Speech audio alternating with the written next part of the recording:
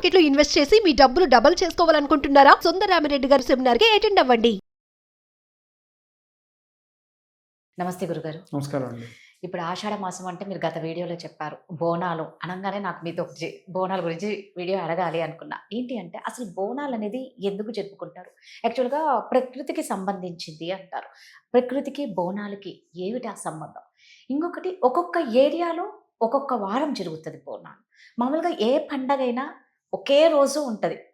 ఒక్క బోనాలు మాత్రం ఒక్కొక్క గుడికి, ఒక్కొక్క ఆలయానికి, ఒక్కొక్క ఏరియాకు ఒక్కొక్క రోజు ఎందుకు? శ్రీమాత్రే నమః, శ్రీ గురుభ్యో నమః.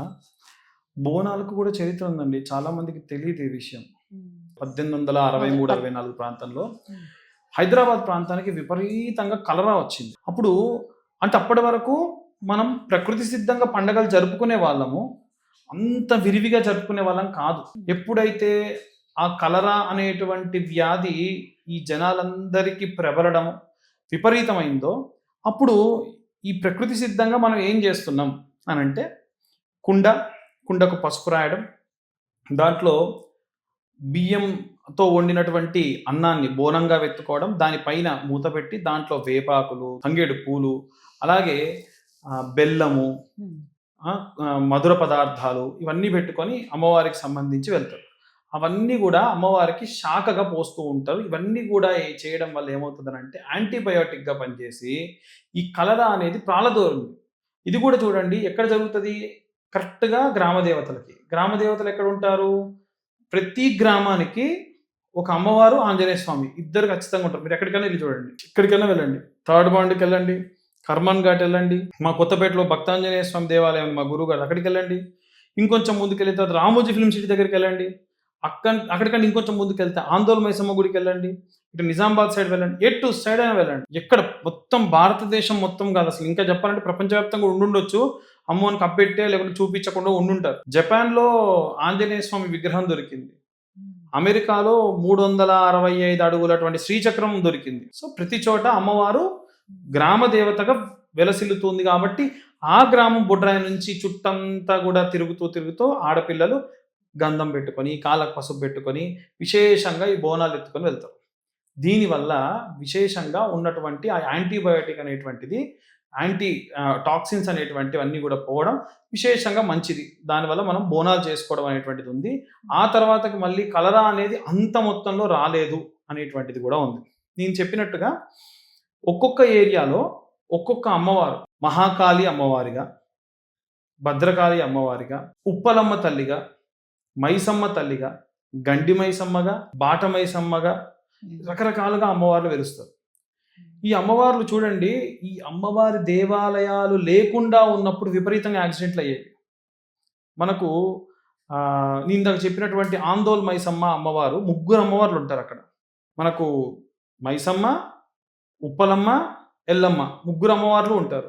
ఆ దేవాలయం కట్టక ముందు అక్కడ విపరీతంగా యాక్సిడెంట్లు అయ్యేవి. జైపాల్ రెడ్డి గారు వచ్చి స్వయంగా చూసి వెళ్ళారంట, ఎందుకు ఇదే స్పాట్లో ఇన్ని యాక్సిడెంట్లు అవుతున్నాయి.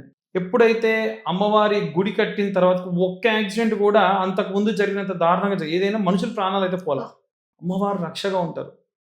అందుకే ఆమె యొక్క ఆరాధన, గ్రామ దేవతలు వీరంతా కూడా సప్తమాతృకల్లో నుంచి వచ్చినటువంటి వాళ్ళే. అమ్మవారి నుంచి అంటే ఇప్పుడు అన్ని స్థాయిల వాళ్ళు కూడా పూజించుకునే విధంగా ఉండాలి.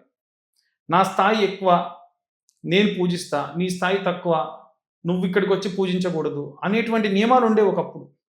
స్థాయి భేదం లేకుండా ప్రతి ఒక్కళ్ళకి కూడా దేవతలు సైతం వచ్చి దిగొచ్చారనమాట. అలా వచ్చినటువంటి వాళ్ళు గ్రామ దేవతలు, వాళ్ళకి బోనాలు ఖచ్చితంగా మీరు అంటున్నారు ఆషాఢం కాదు, శ్రావణం దాకా జరుగుతాయి. మీరు చూస్తే హైదరాబాద్ పట్టణం అనుకోండి, నల్లగొండ తీసుకోండి, కాకపోతే ఆదిలాబాద్ తీసుకోండి, ఎక్కడైనా సరే తెలంగాణ ప్రాంతంలో, ముఖ్యంగా తెలంగాణ ఏంటండి, మహారాష్ట్ర మన తెలంగాణకు ఆనుకొని ఉన్నటువంటి ఆంధ్ర ప్రాంతాల్లో కూడా జరుగుతారు. కృష్ణా జిల్లాలో చేస్తారు, బార్డర్స్లో. మనకు గుంటూరు జిల్లాలో అంటే మాచర్ల ప్రాంతాల్లో బోనాలు చేస్తున్నారు. నేను ఆశ్చర్యపోయా, మా అత్తగారు వాళ్ళు అక్కడే ఇక్కడ బోనాలు చేస్తున్నారు. ఆంధ్రాలో చేస్తారు. ఎవరు చెప్పారు చేయరని? మీరు ఎవరైనా తెలిసిన వాళ్ళు కనుక్కోండి, మాచర్లలో ఎక్కడైనా చేస్తారంటే నేను చూసాను ఆ కల్లారా. అక్కడ అమ్మవారు ఉన్నారు, అక్కడ చేస్తారు. సో మహారాష్ట్రలో చేస్తారు. మనకు ఉన్నటువంటి ఈ సాంప్రదాయం అనేటువంటిది యుఎస్లోనే చేస్తున్నారండి, ఇక్కడ చేయడం కానీ. సరే అక్కడంటే ఇక్కడ వాళ్ళు అక్కడికి వెళ్ళారంట, కానీ అక్కడ కాదు, అక్కడ వాళ్ళకు కూడా అక్కడ సాంప్రదాయం ఉంది. గ్రామ దేవతలను అంత కొలిచేవాళ్ళు, చేసేవాళ్ళు. కాబట్టి బోనాలు అనేటువంటిది విశేషంగా చేస్తారు. చాలా మందికి తెలవని విషయం ఏంటంటే మన దగ్గర ఉన్న మహంకాళి బోనాలు చేసినప్పుడు రంగం అని ఉంటుంది. ఈ రంగం చేసినప్పుడు ఆమె నిలబడి మాట్లాడేది అందరూ చూస్తారు. ఆమె ఎక్కడ నిలబడి మాట్లాడుతుంది తెలుసా అండి? పచ్చి కుండ మీద నిలబడి మాట్లాడుతుంది. ఆ కుండ పగలదు. అప్పుడు చెప్పిన ప్రతి విషయం కూడా ఈ సంవత్సరంలో ఏం జరిగింది, నెక్స్ట్ ఏం జరగబోతోంది, వర్షాలు విపరీతంగా వస్తాయని చెప్పిన సందర్భాలు ఉన్నాయి. ఈ రాష్ట్రానికి ఉన్నటువంటి రాజు మధ్యలోనే ఆగిపోతాడన్న సంగతి చెప్పిన సంగతులు ఉన్నాయి.